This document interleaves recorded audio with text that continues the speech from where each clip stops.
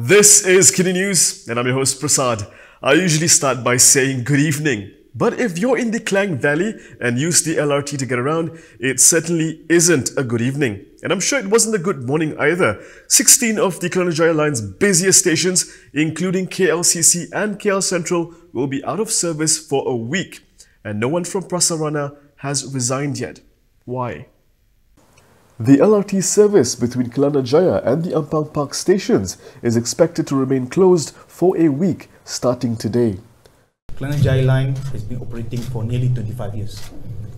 It is an aging system, then it's replacement for all its parts. Trains, systems. So it's about time that we change it. And we've got plans to change it. It has caught us by surprise that this incident had come in so severely.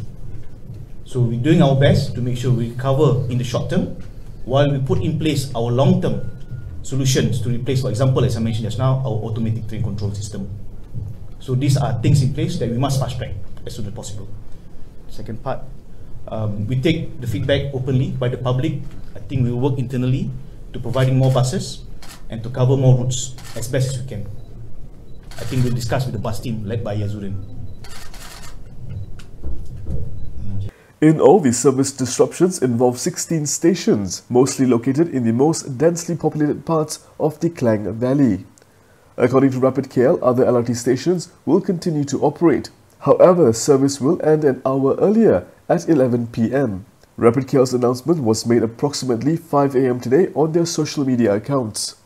The same 16 stations were closed yesterday during the evening rush hour, causing an uproar among regular commuters. This is the worst ever disruption to hit the line since it went operational in 1998. Previously, Rapid KL said some train sets were taken out for maintenance earlier than scheduled to refurbish their brake systems. Transport Minister Wee Ka Siong also blamed the lack of parts from China and poor maintenance of the LRT stations. The Kelana Jaya line is the country's most well-used metro rail service, serving about 330,000 riders daily at its peak. Hundreds of thousands of people are affected by this LRT crisis, so naturally people wondered where Transport Minister Wee Ka Siong was in Ayer Hitam campaigning. There, Ismail Sabri Yaakob promised that if he returns to office, he will install Wee as a cabinet minister again. Great, but perhaps at a different ministry. Caretaker Transport Minister Wee Ka Siong was at a BN get-together in Ayer Hitam this evening, together with Caretaker Prime Minister Ismail Sabri Yaakob. This was amid questions about where Wee was after the LRT line from Kelana Jaya to Ampang Park was shut down for 7 days. Wee did not address the LRT matter in his speech at the event, but instead focused on whipping up support for himself and Ismail Sabri. His rival for the Ayer Hitam seat, Sheikh Omar Bagharib Ali, in a statement questioned if the MCA president was too busy campaigning to do his job as transport minister. He also urged youths living in Kuala Lumpur who are from Ayer Hitam to send a message that rejects Wee in GE15. Many Twitter users were complaining of heavier than usual traffic jams in the Klang Valley this morning. Some also claimed that they had no choice but to drive due to the LRT service disruption. And of course, the LRT crisis has turned into campaign fodder for the opposition. Former Transport Minister Anthony Loke ensured that Pakatan Harapan would get to the bottom of the LRT problem if it returned to power. He noted that the LRT is a crucial component of Klang Valley's transportation network.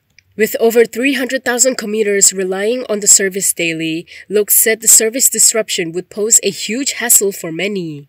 The DAP Secretary General said if Harapan wins the polls, immediate steps would be taken to rectify the technical problems with the LRT system. The short-term solution, Loke said, would be for the Transport Ministry to provide more buses for the next 7 days and to extend the validity of the monthly tickets purchased by commuters as a form of compensation.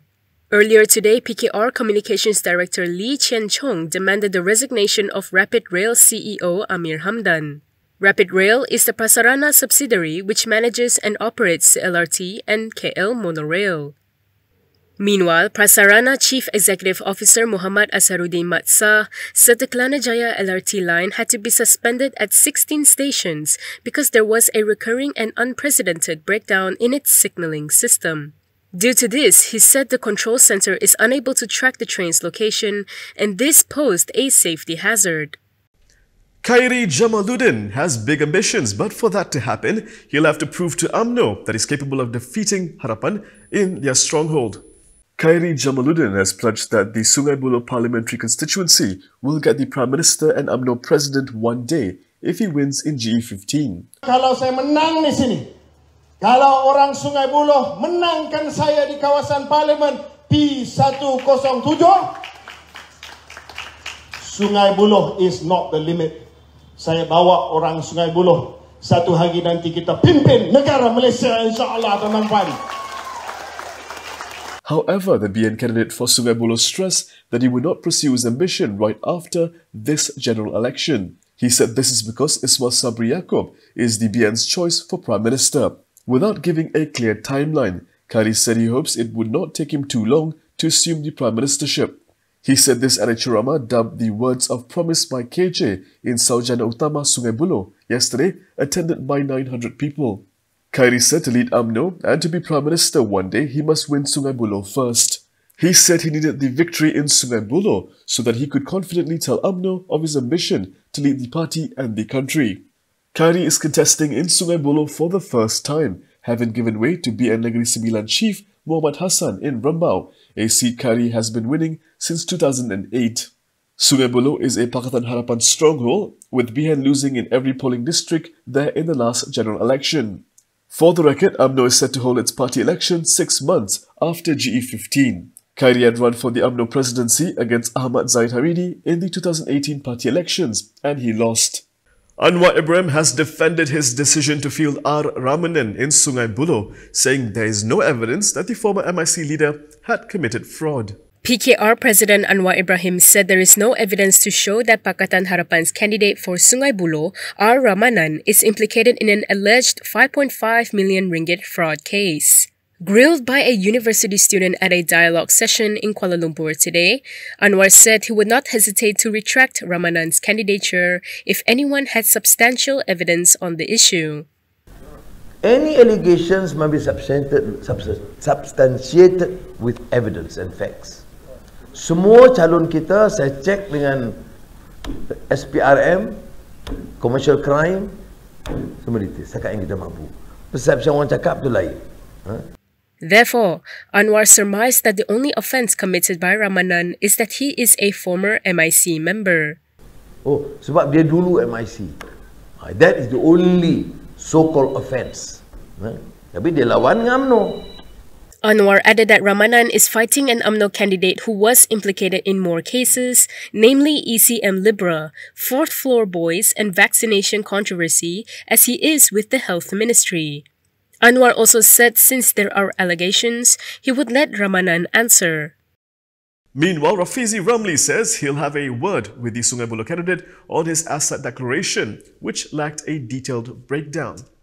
PKR Deputy President Rafizi Ramli will speak to Sungai Buloh candidate R. Ramanan about the latest asset declarations. Cutting the PKR newcomer some slack, Rafizi said fully itemizing all assets does not come naturally to everyone. Rafizi added that some candidates are new and he's not surprised that it doesn't come as naturally to itemize everything as he did. Ramanan had declared a net 63.5 million ringgit in assets, including 4 million ringgit in jewellery, but did not provide a detailed breakdown as required by the party. Ramanan dismissed criticism about the lack of transparency, saying voters were not interested in it. Meanwhile, Rafizi said asset declarations are meant to encourage voters to hold politicians accountable and so that politicians do not abuse their positions to gain wealth. It's not an election campaign if UMNO does not use the DAP boogeyman to scare Malay voters. Now even Ismail Sabri Yaakob has resorted to using it. Caretaker Prime Minister Ismail Sabri Yaakob told Ayer Hitam voters today that one vote for Pakatan Harapan is a vote for DAP. Speaking at a BN get-together in the Batu Pahat district of Johor today, Ismail Sabri asked voters not to fall for DAP's trap. He said to stop DAP's rise, BN must defeat Harapan candidates everywhere. He added that though Harapan's Ayer Hitam candidate is a Malay, behind him is DAP. Harapan is fielding DAP Central Committee member Sheikh Omar Bagharib Ali to face the Ayer Hitam incumbent MCA President Wee Ka Siong. Ismail Sabri said all must remember that when Harapan was in government, even though the Prime Minister Dr. Mahathir Mohamad was from Bersatu, DAP was the one in power. UMNO has often used DAP as a boogeyman to scare Malay voters. The party claims Malay rights and privileges would be eroded should DAP come to power. Ismail Sabri, who is UMNO Vice President, is, on paper, BN's Prime Minister candidate. And that is all from me today. For more stories, you can go to KiniTV.com. You can also follow us on Instagram, Twitter, YouTube, and Facebook for the latest news updates. If you'd like to support independent media, do consider subscribing to MalaysiaKini.com. I'm Prasad. Thank you for watching.